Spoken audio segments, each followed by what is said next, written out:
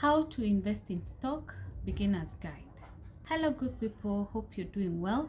In today's video we're going to talk about how to start investing in stock as a beginner, or if you're an expert, leave a comment down below with what you have learned over the time. If you're starting up, let us start together. Hello good people, hope you're doing well. Jesse is my name, and on this channel we talk about finance, personal development, travel and charity. If this is your kind of content, kindly consider subscribing and turn on the notification bell so that you're notified every time we upload a new video. How to invest in stocks. Number one, set clear goals. You have to know what you're working with, and you have to understand that this is what you're working towards. I will never stop overemphasizing that you have to set goals. No matter what investment that you are focusing in, you have to have set goals. The goals have to be precise. You have to set your investment horizons, that is basically timelines. You have to evaluate your finances. You have to rank your goals, short, medium, and long-term goals. Review and adapt to life changes. You may have a different situation today, tomorrow is a different story, like that. Just ensure that as your life changes, it is aligning with your goals. Determine how much you can afford to invest. You're not investing everything, and you're not risking everything. Remember, investment is a risk, so you cannot take everything and put it into a risky investment without having a plan. So what should you consider before investing as a way of determining whether you can afford investment? Source of income. Ensure you have an emergency fund. Ensure you have reduced your high interest debts. Any debt which has a high interest should be significantly reduced before you start investing. And of course, set a budget. You can decide to do it monthly, or you accumulate and start investing. Leave a comment down below with what you think about planning for your investment, and most especially setting goals. Do you set goals, or do you say, now I'm starting to invest, maybe I have some extra money here, I have some extra money there, I want to invest? The next thing is determine your risk tolerance. Let me tell you, some people are risk averse. They do not want to risk even a shilling. So when they're investing, they have to focus on investments which are risk-free. Others, they have a risk appetite, and they can even risk their life to invest. Which person are you? Are you risk averse or risk tolerant? Leave a comment down below. Determine your investing style. Are you going to do it yourself, or are you going to get an expert, aka a professional, to guide you through the process? Leave a comment down below with which one you are, by the way. The next one is choosing an investment account. If it is for retirement, you can decide to take your employer's pension plan. You can have your own individual pension plan. You can have a joint pension plan, maybe with your spouse. You can also have specialized accounts which are specific for that goal, like education fund. You can have a health cover. You can have trust and custody and all that. The next one, you need to learn the cost of investing. You have commission and fees. You have maintenance fee, service fee, subscription-based fee or models. Yeah, so by the time you're choosing the model that you want to use, you're already certain as to such implications.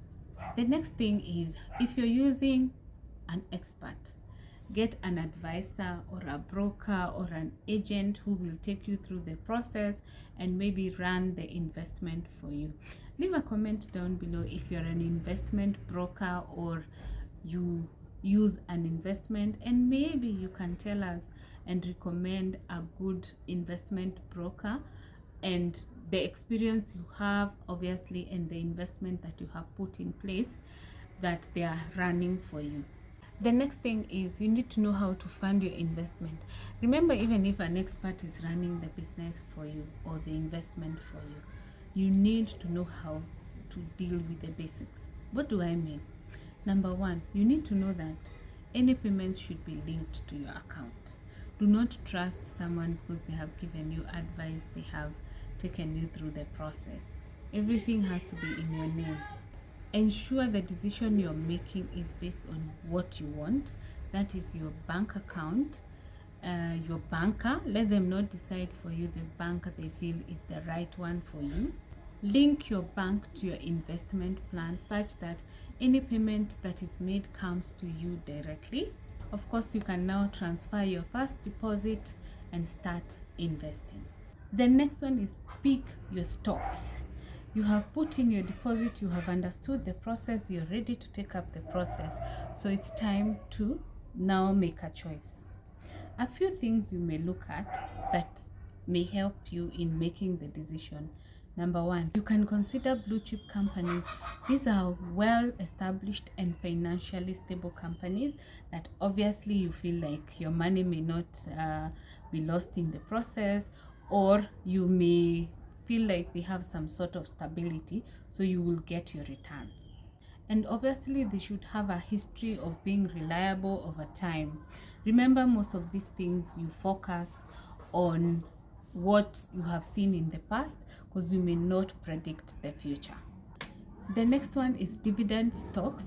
Some companies pay regular dividends, so you want to make money, you want to focus on such companies so that you can find yourself making that extra shilling, earning those dividends. The next one is growth stocks. There are stocks which continue to appreciate over time, so you may also consider those so that your investment can grow over time, but this is usually considered for long-term investing. The next one are defensive stocks. These are stocks that dwell in challenges.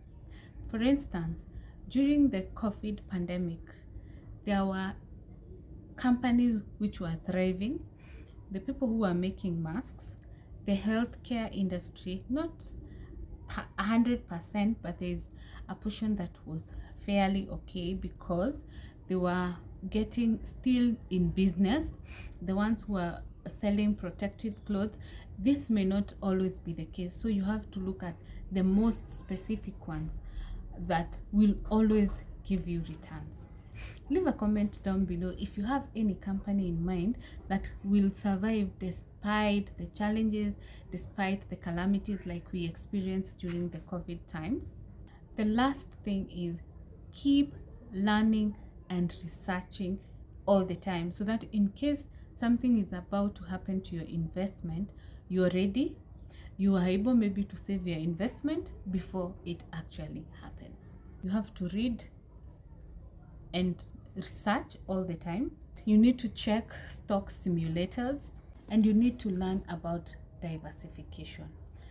It is night time and I didn't want to start lighting up, so that's why my lighting is a bit poor, but I appreciate you so much for watching this far. If you have missed any of our episodes, please look out for them and look out for subsequent videos. We're still running the investment series. We appreciate your continued support and thank you so much for watching this video. If you're new, kindly consider subscribing. If you're returning, thank you so much for always coming back to watch our videos. See you on our next one. Bye.